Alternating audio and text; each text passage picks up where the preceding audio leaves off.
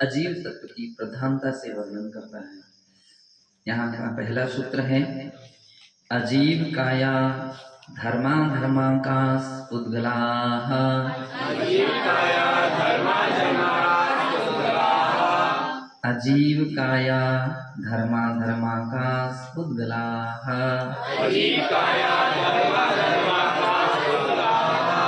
धर्म अधर्म आकाश और उद्गल, ये चार द्रव्य अजीव हैं और कायवान हैं। अजीव इसलिए हैं कि इन चारों में जीव नहीं पाया जाता है, इसलिए वे अजीव हैं।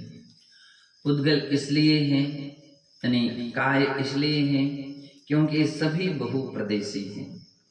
धर्म द्रव्य के असंख्यात प्रदेश होते हैं, अधर्म द्रव्य के भी असंख्यात प्रदेश होते हैं, आकाश द्रव्य के अनंत प्रदेश होते हैं और उद्गल द्रव्य संख्यात असंख्यात और अनंत प्रदेश वाला होता है। तो इसलिए ये चारों के चारों द्रव्य अजीव भी हैं और कायवान भी हैं। तो याद रखना है, कभी भी पूछ परिभाषा आ सकती काय किसे कहते हैं। तो काय का शरीर केवल शरीर ही नहीं, काय का अर्थ केवल शरीर ही नहीं, काय का अर्थ जो है वो बहुप्रदेशी भी है।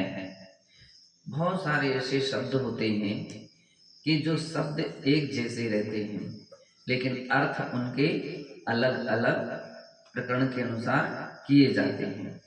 तो इसलिए यहाँ से काय से अर्थ क्या लेना है, बहुप्रदेशी। अब कहते हैं ये सब हैं क्या, तो कहते द्रव्याणि द्रव्याणि। ये चारों प्रकार के जो नाम गिनाए गए हैं वे द्रव्य हैं।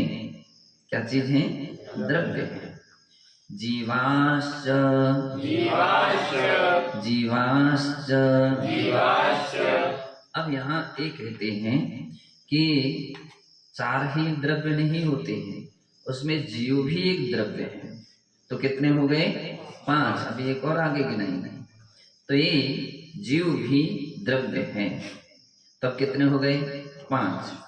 ये सभी कैसे होते हैं, तो बतलाते हैं नित्यावस्थितान्य रूपाणि। नित्यावस्थितान्य रूपाणि। अब यहाँ पर कहते हैं ये सभी द्रव्य पहली बात तो नित्य हैं। ऐसा नहीं है कि ये बदलते रहें, समाप्त होते रहें, तो ऐसा नहीं है। इनके गुणों का कभी विनाश नहीं होता है, सदैव स्थायी रहते हैं, इसलिए ये नित्य हैं। द्रव्य सदैव शाश्वत रहता है। कैसा रहता है, शाश्वत है। शाश्वत कहो नित्य कहो एकार्थवाची है।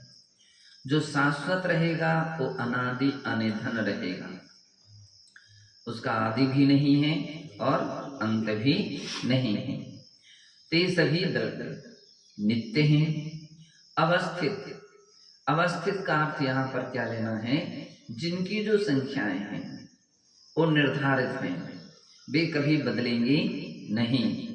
अर्थात जैसे जो द्रव्य 6 होते हैं तो 6 ही रहेंगे, कभी 7 नहीं हो सकते और कभी 5 भी नहीं हो सकते, ना कम हो सकते हैं ना अधिक हो सकते।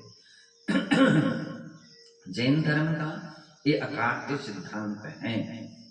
अन्य संप्रदायों में उत्पादक और संहारक माने जाते हैं कि ब्रह्मा सृष्टि के निर्माता हैं, जीव के रचयिता हैं, उद्गल के रचयिता हैं। तो बहुत सारे प्रश्न इसमें खड़े हैं। यदि कोई इसका रचयिता है तो बोले शिव उसके संहारक हैं, विष्णु उसके रक्षक हैं। तो पहली बात तो ये है कि वे रक्षक हैं, वे संहारक हैं, तो परस्पर में इसी में समस्या खड़ी हो गई। अगर संहारक हैं तो फिर रक्षक का कोई महत्व ही नहीं रहा। और रक्षक हैं तो संहारक का कोई महत्व नहीं रहा है। फिर वो रक्षक कैसे, वो संहार करते जाए। तो पहली बात तो ये है, यहीं से सिस्टम चेंज है। दूसरी बात ये है कि अगर कोई व्यक्ति कहे कि अमुक देव परमात्मा जीव का आदि द्रव्यों का निर्माता है, करता है, तो पहला प्रश्न एक हो गया कि वो जो परमात्मा है, वो परमात्मा है तो उसका निर्माता कौन है? भाई उसका भी तो कोई निर्माता, अगर वो भी द्रव्य है कि नहीं, अगर द्रव्य है तो उसका भी फिर आप अपने हिसाब से निर्माता मानोगे, तो उसका निर्माता होना चाहिए।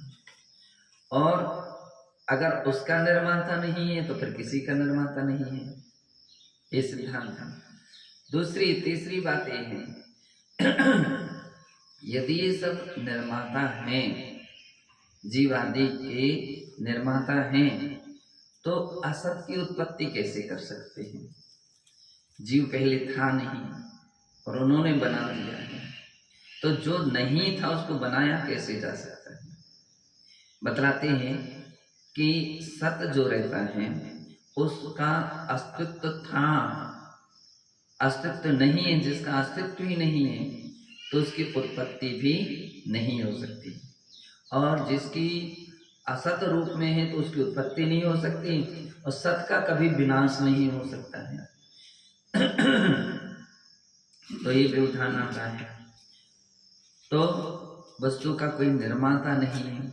दूसरी बात, अगर कोई परमात्मा निर्माता है, बनाने वाला है, तो फिर आप ये बतलाओ, परमात्मा का एक लक्षण है कृत्यपना। कृत्यपना, तो कृत्य कहाँ रहा? कृत्य का अर्थ होता है कि जो काम जिसे करना था वो कर लिया है, वो कृत्य है। अब कोई करना शेष नहीं रहा तो कृत्य है, और यदि करना शेष रह जाए तो कृत्यपना कहाँ रहा? तो परमात्मा ही नहीं रहेगा। तो इस प्रकार से जब अपन देखते हैं तो बहुत प्रकार के व्यवधान आते हैं, और इससे बात सिद्ध है कि भगवान किसी वस्तु के कर्ता धर्ता नहीं होते, कर्ता धर्ता नहीं होते, ना कर्ता धर्ता ना हर्ता, ये नहीं होते। तो इसलिए ये अवस्थित हैं, जो द्रव्य जितनी थी उतनी ही रहेंगी, ना उससे कम होंगी और ना उससे अधिक होंगी। कह रहे हैं अवस्थितानि, और कह रहे हैं अवस्थितानि अरूपाणि, उद्गल द्रव्य को छोड़ करके ये सभी द्रव्य अरूपी हैं, उद्गल द्रव्य रूपी नहीं है। अब आप कहोगे कि आपने ऐसा कैसे अर्थ किया है? इसलिए किया है क्योंकि सूत्र व्याकरण में सोपस्कारी होते हैं, आगे पीछे के प्रकरण को लेकर के चलते हैं। आने वाले सूत्र में उद्गल का अलग से लक्षण किया जाएगा, तो अलग से जब लक्षण किया जाएगा तो इसका मतलब है उद्गल द्रव्य को छोड़ करके शेष द्रव्य का व्याख्यान है।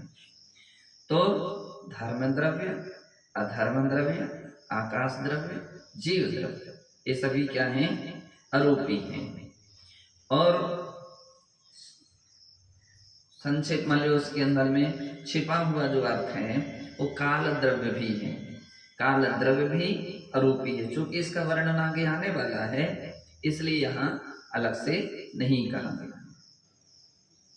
आगे सूत्र, पांचवा सूत्र है रूपिणः उद्गलाः, रूपिणः उद्गलाः। तो पूर्व सूत्र में ये बात कही गई थी कि ये सभी द्रव्य है ना, जीव आदि ये अरूपी हैं। तो प्रश्न खड़ा हो गया था, क्या उद्गल द्रव्य भी रूपी है? तो उसके खुलासा यहाँ पर कर दिया कि नहीं, उद्गल द्रव्य अरूपी नहीं है, वो रूपी है। रूपी वास्तविकता में ये चार बातें एक साथ होती हैं, चार गुण एक साथ होते हैं, स्पर्श, रस, गंध, वर्ण। अब इसको बोलने के दो तरीके, वर्ण को रूप शब्द बोल सकते हैं, तो इसके बोलने के दूसरे तरीके हैं कि रूप, रस, गंध, वर्ण। रूप, रस, गंध, स्पर्श। रूप, रस, गंध, स्पर्श, ऐसा भी बोल सकते हैं। तो जो इतना भी पुद्गल द्रव्य है मतलब, और चारों गुणों में क्या रहता है, एक दूसरे को छोड़ करके नहीं होते हैं। रूप होगा जिसमें उसका रस भी होगा, उसकी गंध भी होगी, उसका वर्ण भी होगा, इस सिद्धांत है। जिसका वर्ण होगा उसका रूप होगा, स्पर्श होगा, गंध होगी। जिसकी गंध है उसके अंदर में चार बातें, ये चार वस्तुएं एक साथ युगपद रहती हैं, इनके चतुष्टय कहा जाता है इनको। से एक साथ रहती पुद्गल द्रव्य का स्वरूप है, कभी एक दूसरे को छोड़ करके नहीं रहती। तो भली रूपिणा कहा, रूपी पुद्गल द्रव्य रूपी होता है, तो रूपी होता है इसका मतलब क्या गंध नहीं है, उसकी गंध भी होती है। स्पर्श नहीं है, स्पर्श भी होता है। और उसका क्या रस नहीं है, तो रस भी होता है। लेकिन एक शब्द के द्वारा, रूपी शब्द के द्वारा इस सभी बातों को ग्रहण कर लिया गया है। तो ऐसा बतलाया जाता है, ऐसा कहा जाता है कि संस्कृत में जो वस्तु अखंड रहती है, अविनाभावी रहती है, तो एक शब्द को भी बोल देंगे तो भी उसकी पूरी गिनती आ जाती है। जिस परिवार में संगठन और एकता है, एक रूप में रह रहा है, तो उसके लिए कहा जाता है अमुक परिवार के लिए अमुक को निमंत्रण कराओ। तो अमुक को निमंत्रण करके आओ, इसका मतलब सारे परिवार को, या सब परिवार शब्द बोल दिया तो इसकी गिनती सभी की आ गई। अब आवश्यकता नहीं कि वो एक एक को निमंत्रण दे, या कोई लोग बैठ जाए हमको तो निमंत्रण ही नहीं दिया गया, हमारा तो नाम ही नहीं लिया गया, हमारा तो वो उसकी ना समझी है। वास्तविकता में स्थिति क्या थी, चलो चलो चलो चलो, है ना। तो इसका अर्थ ये था कि अरूपी अवस्था, मतलब रूपी अवस्था जहाँ पर रहती है वहाँ सभी की चारों अवस्थाएं ले ली जाती हैं। तो ऐसा यहाँ पर कहा गया। आगे कहते हैं कि इनकी संख्या कितनी, और लेना है छोटी छोटी, तो संख्या कितनी है तो बतला रहे हैं आकाशादेक द्रव्याणि, आकाशादेक द्रव्याणि, कह रहे हैं आकाश पर्यंत तक के द्रव्यों की संख्या एक है। अब आकाश तक की गिनती कहाँ से गिनोगे, तो सूत्र से गिनेंगे। किससे गिनेंगे, सूत्र में। धर्मा धर्माकाश ये शब्द का प्रयोग किया, तो धर्म एक है, अधर्म एक है, और आकाश एक है। तो इनके एक एक संख्या है। धर्म दो प्रकार का नहीं हो सकता, धर्म द्रव्य दो किस्म का नहीं हो सकता, अधर्म द्रव्य दो किस्म का नहीं है, आकाश द्रव्य भी दो नहीं है। अपन लोग बोलने लगते हैं कि आकाश के दो भेद, एक लोकाकाश एक अलोकाकाश। वास्तविकता में जानने के दो तरीके हैं, है तो अखंड, एक ही है, अखंड है। मात्र जितने हिस्से में अन्य द्रव्य पाई जा रही हैं उसको लोकाकाश कहते हैं, और जितने हिस्से में अन्य द्रव्य नहीं पाई जाती हैं तो उसको अलोकाकाश कहते हैं। तो आकाश तो अपने आप में एक है, लेकिन इतने हिस्से में सामग्री पाई जा रही है उसको लोकाकाश कहा, उतने द्रव्य में अन्य द्रव्य नहीं पाई जा रही उसको अलोकाकाश कहा। तो आकाश अपने आप में एक अखंड है। उदाहरण के तौर पर एक और दूसरा, कल्पना करो कोई नदी है, तालाब है या समुद्र है। अब उसमें किसी ने एक घड़ा पानी भर करके डो दिया, तो घड़े के अंदर भी पानी है और घड़े के बाहर भी पानी है, अंदर भी पानी है, बाहर भी पानी है। तो व्यवहार में ऐसा कहा जाएगा वो घट जल है, घड़े का पानी और घड़े के बाहर का पानी। वास्तविकता में क्या पानी दो है? दो किस्म के नहीं है, पानी तो एक ही है। अब वो घड़े की सीमा जिसमें आ गई है वो घट जल है और वो अघट जल हो गया, घट के बाहर का पानी हो गया। इसी प्रकार से यहाँ पर एक घड़ा रखा है, घड़े के अंदर में भी आकाश द्रव्य है और घड़े के बाहर भी आकाश है। तो भेद की दृष्टि से देखें कि घटाकाश अघटाकाश ऐसे भेद कर देते हैं। इसी प्रकार से 6 द्रव्य जितने हिस्से में पाई जाती हैं उसका नाम है लोकाकाश, और जहाँ पर केवल एक ही द्रव्य पाई जाती है उसका नाम है अलोकाकाश। तो इस प्रकार से ये द्रव्य एक एक संख्या में है। धर्म एक है, धर्म द्रव्य एक है, अधर्म द्रव्य एक है और आकाश द्रव्य भी एक है। अब अगला सूत्र है कि क्या ये स्थानांतर करते हैं क्या? तो ले नहीं करते। सूत्र है निष्क्रियाणि च, निष्क्रियाणि च। तो बतला रहे हैं क्रिया किसे कहते हैं? एक स्थान से दूसरे स्थान तक जाने का नाम क्या है? क्रिया। स्थान से स्थानांतरण का नाम क्रिया कहा जाता है। तो जहाँ पर कोई द्रव्य, ये जो द्रव्य हैं स्थानांतरण नहीं करती, क्यों नहीं करती हैं? लोकाकाश के पूर्ण रूपेण में ठसाठस भरी हुई, एक भी प्रदेश लोकाकाश का ऐसा नहीं है कि जिसमें धर्म द्रव्य नहीं पाई जाती हो, अधर्म द्रव्य नहीं पाई जाती हो और आकाश द्रव्य नहीं पाई जाती हो। आकाश तो है ही, तो बतला रहे हैं कि पूर्ण रूपेण समाविष्ट है। तो स्थानांतर कर तभी हो सकता है जबकि बीच में कोई स्थान खाली हो, तो यहाँ से वो वहाँ पहुँच जाए, और जहाँ खाली न हो तो फिर एक स्थान से दूसरे स्थान में नहीं पहुँच सकता है। तो इसलिए आचार्य महाराज ने यहाँ कहा ये द्रव्य निष्क्रिय हैं। कौन कौन सी? धर्म द्रव्य, अधर्म द्रव्य, आकाश द्रव्य। एक क्रियावान नहीं, निष्क्रिय। इसका मतलब शेष द्रव्यों में चूंकि काल द्रव्य भी निष्क्रिय है, उसका वर्णन आगे आने वाला है। काल द्रव्य निष्क्रिय भी है, अजीव भी है ना। तो ये बातों को ध्यान में रखना चाहिए। लेकिन अब कौन रह गया? जीव द्रव्य और पुद्गल द्रव्य, ये 2 द्रव्य रह गए। तो 2 द्रव्य निष्क्रिय नहीं है। जीव एक स्थान से दूसरे स्थान तक चला जाता है तो निष्क्रिय नहीं है।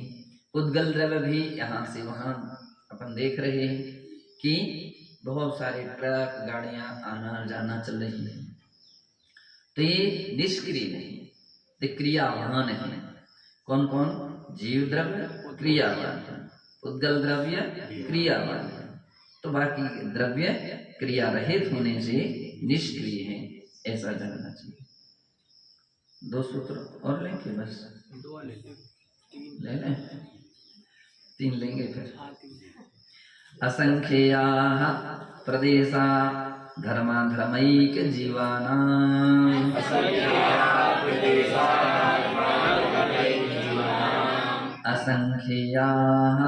प्रदेशा धर्माधर्मैक जीवानां।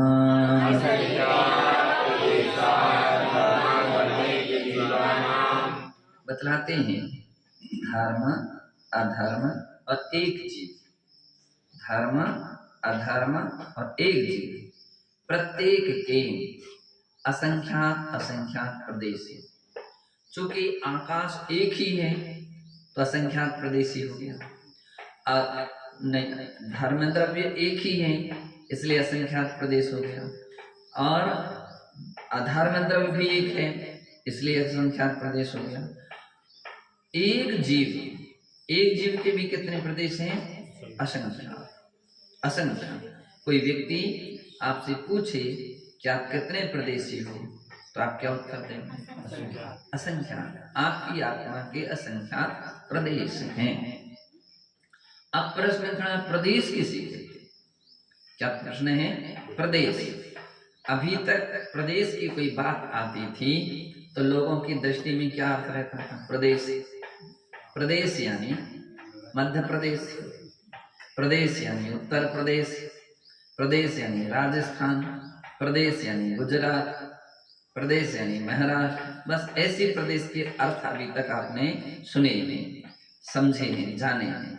लेकिन इस शास्त्र है तो यहाँ पर प्रदेश का अर्थ है कि एक परमाणु।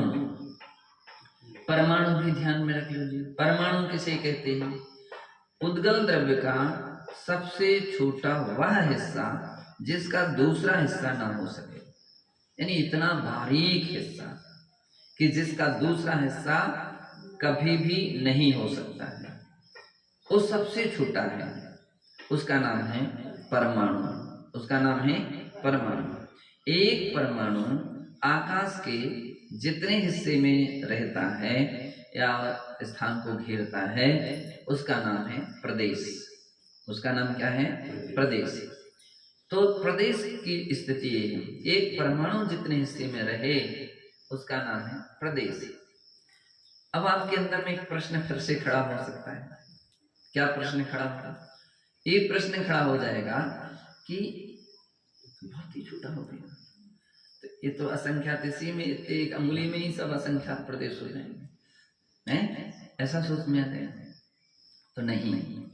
प्रदेश की विशेषता ये है कि प्रदेशों में संकोच और विस्तार की शक्ति होती है। संकुचित भी हो सकते हैं, विस्तार भी हो सकते हैं। आगे जब अपन पढ़ेंगे तो वहां पर बतलाया जाएगा कैसा।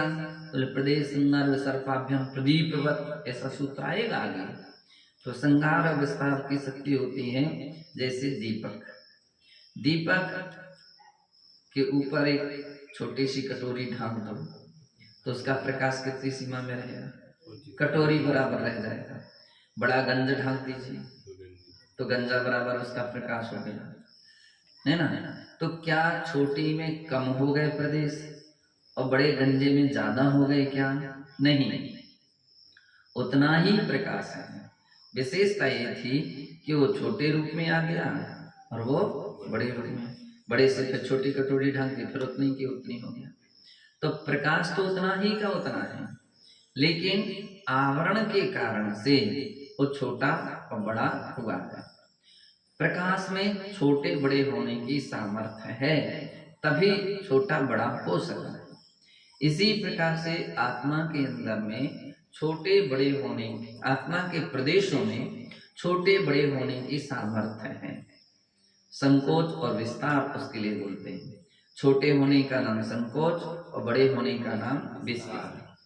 जब यह आत्मा किसी चींटी के शरीर में पहुंच जाती है तो सारे आत्मा के प्रदेश संकुचित होकर के चींटी के शरीर प्रमाण रह जाते हैं।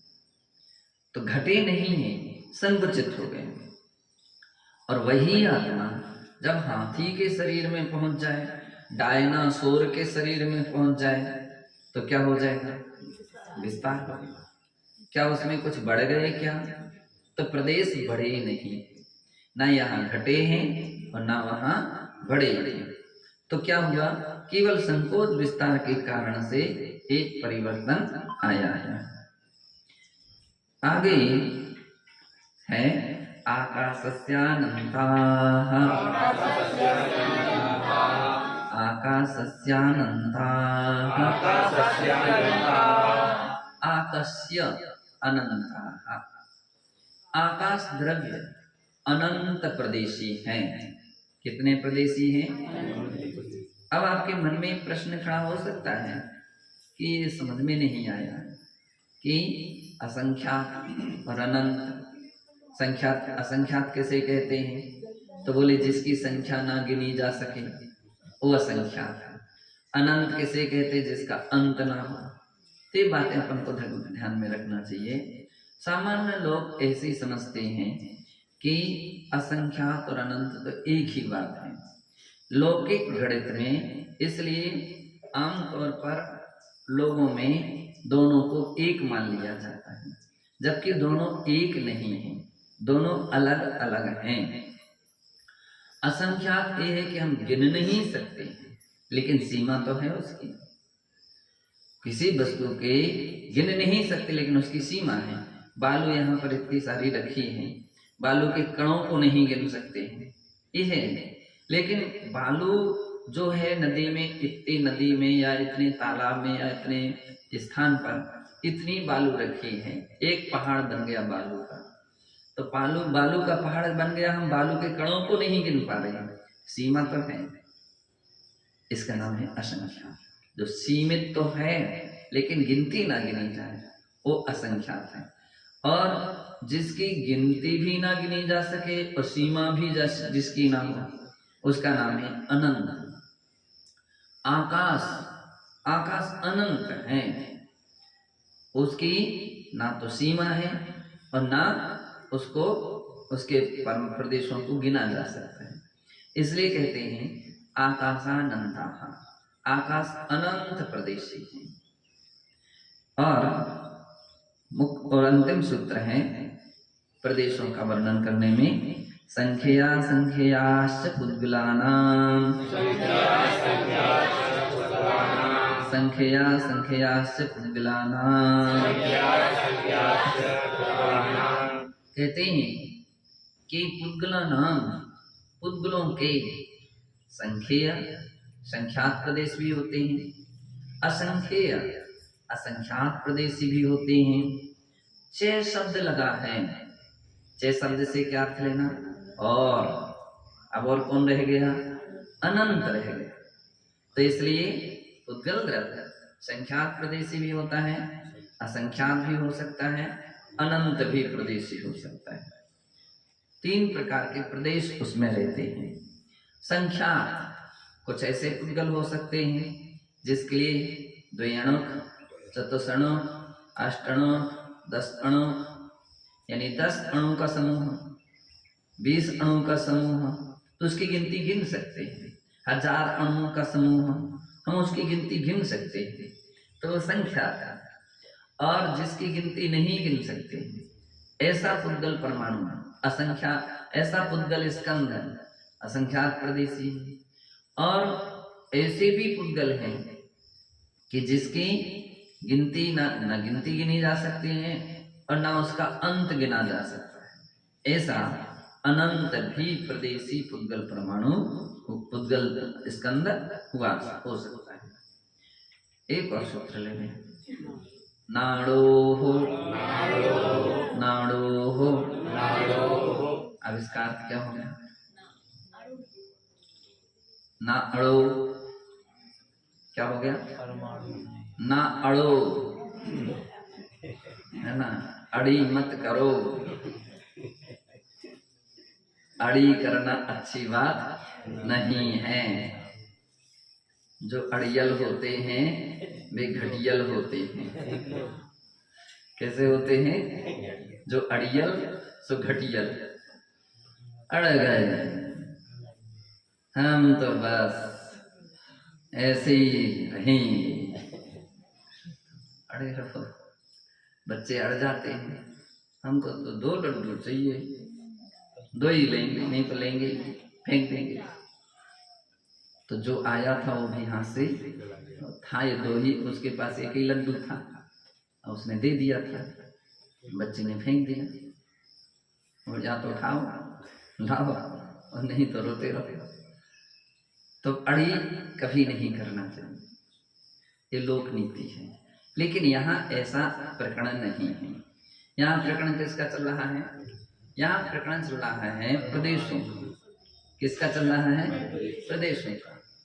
तो पहले एक बात हो चुकी है कि संख्यात प्रदेशी भी पुद्गल द्रव्य होता है, असंख्यात प्रदेशी भी होता है और अनंत प्रदेशी भी पुद्गल द्रव्य होता है। अब यहाँ इस सूत्र में कहते हैं लेकिन अणु जो है ना संख्यात प्रदेशी है, ना संख्यात प्रदेशी, ना अनंत प्रदेशी, इसलिए ना अणु, संख्यात असंख्यात अनंत में वो नहीं होता है, इसलिए अणु ना। अणु इतने प्रदेशी नहीं है। कितने प्रदेशी है? अब फिर एक ही प्रदेश रहेगा। कितने प्रदेशी है? एक प्रदेशी। अणु एक प्रदेशी होता है, इस प्रकार से जानना चाहिए। ओम नमः।